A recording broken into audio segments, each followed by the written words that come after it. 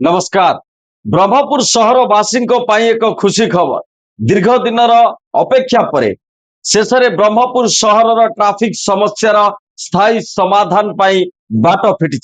सहर में निर्माण होगाकू जाउछि दुईटी विशाल फ्लाईओवर ब्रिज। एथिपाई केंद्र सड़क परिवहन और राजपथ मंत्रणालय पक्षर प्राय 315 कोटी टंकार अनुमोदन मिली।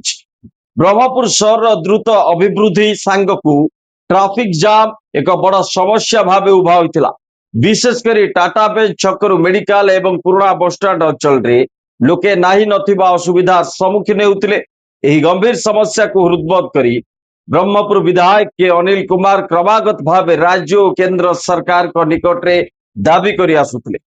केंद्र सरकार को CRIF स्कीम अधीन अनुमोदित होइथिबा एही दुईटी प्रकल्प हैला जातीय राजपथ 59 दे जाइथिबा पुराना बसस्टैंड रु विजीपुर गोपबंधु छक 2 किलोमीटर पर्यंत फ्लाईओवर पाई 168 कोटी 26 लाख टंका अनुमोदन मिली। टाटा बेंच छकरू कोटपेटा छक दे मेडिकल पर्यंत ओभरब्रिज पाई प्राय 146 कोटी 1 लाख टंका मंजूर होइछि। गत जुलाई 2024 रे ब्रह्मपुर विधायक के अनिल कुमार राज्य पूर्त मंत्री को चिठी लिखि सब अंचल रे दुईटी फ्लाईओवर निर्माण पाई अनुरोध करथिले।